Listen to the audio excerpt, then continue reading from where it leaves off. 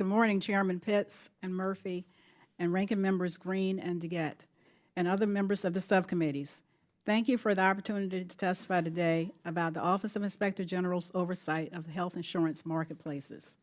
As part of our strategic plan to oversee implementation of the Affordable Care Act, we have completed a significant body of audits and evaluations addressing federal and state marketplaces and other ACA provisions.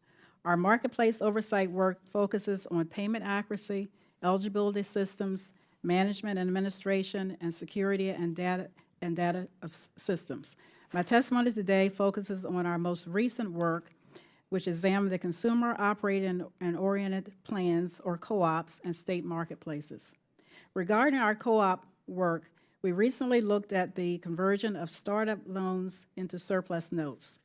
These notes are bond-like instruments issued to provide capital. We conducted this review to assess whether the co-ops complied with the Centers for Medicare and Medicaid Services guidance and applicable accounting principles. We found that the co-ops generally complied with this guidance and applicable accounting principles when converting startup loans into surplus notes. However, CMS did not adequately document the potential impact of the conversions on the federal government's ability to recover the loan payments if the co-ops were to fail. Based on our findings, we recommended that CMS improve the decision-making process for any future conversions of startup loans to surplus notes and document any potential negative impact from changes in distribution priority, and to quantify the likely impact on the federal government's ability to recover loan payments. Following up on these recommendations, we are currently reassessing the co-op's financial condition to determine if any improvements were made in 2015 and 2016. We are also monitoring the actions made by CMS to address underperforming co-ops. This work is expected to be issued during fiscal year 2017. Regarding our state marketplaces work, we recently completed a series of reviews to determine whether marketplaces had effective internal controls in place to ensure that individuals signing up for health insurance and receiving financial assistance through insurance affordability programs are eligible. We reviewed the first open enrollment period at 7 state marketplaces. We found certain internal controls were effective. However, most of the state marketplaces had some ineffective internal controls for ensuring that individuals were enrolled in a qualified health plan in accordance with federal requirements.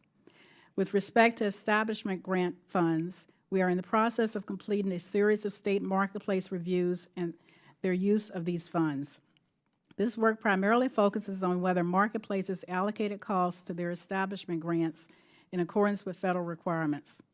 Recently issued reports have determined that some states reviewed used allocation percentages based on outdated estimated enrollment data instead of updated data that was available. Based on these findings, we recommended that the states refund misallocated amounts or work with CMS to resolve the misallocated amounts.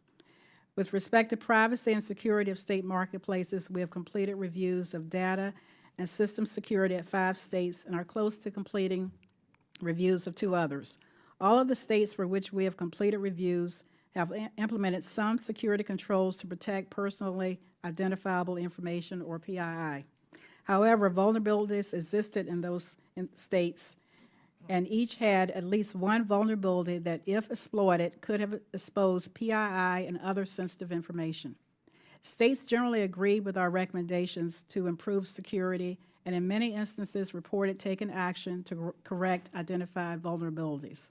In closing, we appreciate the committee's interest in this important issue and continue to urge CMS to fully address our recommendations related to improving oversight and financial solvency of the co-op program and state marketplaces. OIG is committed to providing continued oversight of these programs to help ensure that they operate efficiently, effectively, and economically.